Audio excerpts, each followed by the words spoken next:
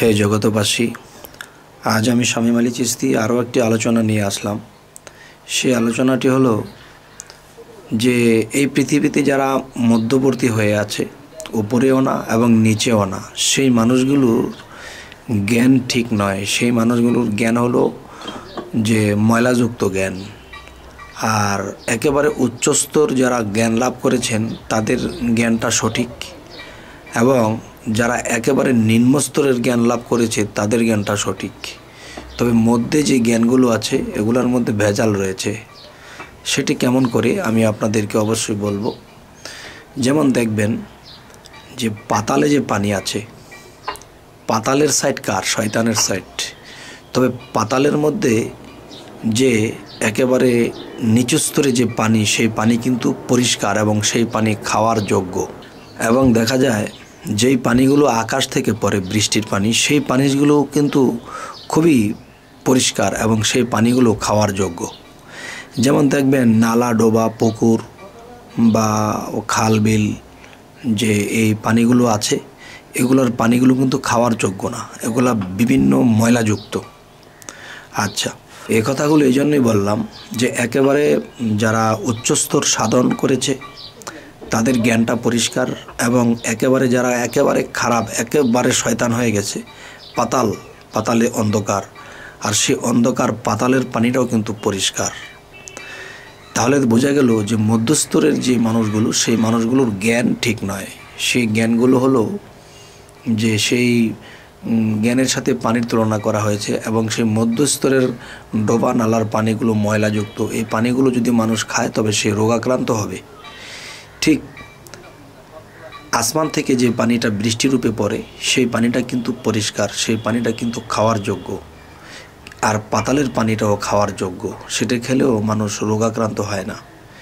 নালা ডোবার পানি খেলে রোগাক্রান্ত হয়। তেরকম এই পৃথিবীতে যারা মধ্যস্তরে পড়ে আছে, নাই উপরের জ্ঞান নাই নিচের জ্ঞান, মধ্য স্তরের জ্ঞান, আর সেই জ্ঞানের মধ্যে প্রচণ্ড পরিমাণে ময়লা, সেই জ্ঞান পরিষ্কার নয়। তাই বলতে চাই যে এই পৃথিবীতে সবচেয়ে নিকৃষ্ট কে? শয়তান। তাহলে শয়তান যে এত নিকৃষ্ট, তারপরেও কিন্তু সে শয়তানি করার পরেও কিন্তু আল্লাহ তাকে 3টি শক্তি দিয়েছেন। মানুষের রগে রগে মিশে থাকা, এবং এক বলতে বলতে পৃথিবীর এই প্রান্ত হইতে সেই প্রান্ত এ পর্যন্ত এসে পড়ার শক্তি। হ্যাঁ, তো এরকমভাবে 3টি শক্তি যখন তাকে দেওয়া হলো, তো এখন দেখা যায় যে সে কিন্তু মূলত জ্ঞানী, তার জ্ঞানটাও খুব প্রখর। এবং রাসূল নামের যে জ্ঞান, সে কিন্তু আকাশ থেকে বৃষ্টির সাথে যদি তুলনা করা হয়, তাহলে দেখা গেছে কি যে রাসূল নামের যে জ্ঞান সেটিও পরিষ্কার। সেই পানিতে যেমন মানুষের রোগাক্রান্ত হয় না, পাতালের পানিতে রোগাক্রান্ত হয় না। রোগাক্রান্ত হয় মধ্যস্তরের মানুষ। সে এখন বলতেছে এই কথা, সে তখন বলতেছে আরেক কথা। তাদের জ্ঞানের কোনো সিরিয়াল নেই, তাদের জ্ঞানের কোনো ঠিক নেই। আচ্ছা, যাই হোক, আজকের যে এই আলোচনাটি করার উদ্দেশ্য হলো যে কেউ কখনো মধ্যস্তরের জ্ঞান নেবেন না, হয় উচ্চস্তর আর নয়তো নিম্নস্তর। তাহলে কি হবে? যে নিচের খবর জানে সে মধ্যের খবর জানে, যে ওপরের খবর জানে সে মধ্যের খবর জানে, আর যে মধ্যে আছে সে কিন্তু নিচের খবর জানে না এবং ওপরের খবর জানে না। কিছু বুঝিয়ে বলতে গেলে সেটা সে মানে না।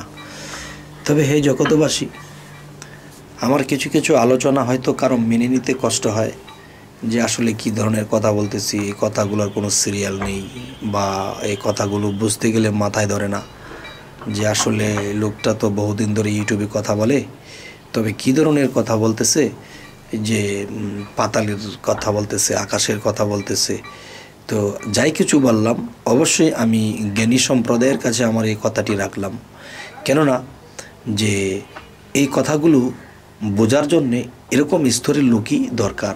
সকলে বুঝবে না, তবে হ্যাঁ বুঝবে যদি তিনি সে উপরের বা নিচের মানুষের সঙ্গ তার থাকে।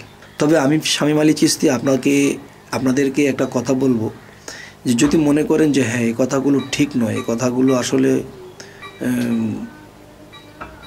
জ্ঞানে ধরছে না, তো অবশ্যই উচ্চস্তর বা নিম্নস্তরের লোকেদের সাথে বুঝবেন। মধ্যস্তরের লোকরা হলো কি যে তারা দোটানা, উপরেও টানে নিচেও টানে, তারপরে কি হয়, তারা কোনো সাইড পায় না।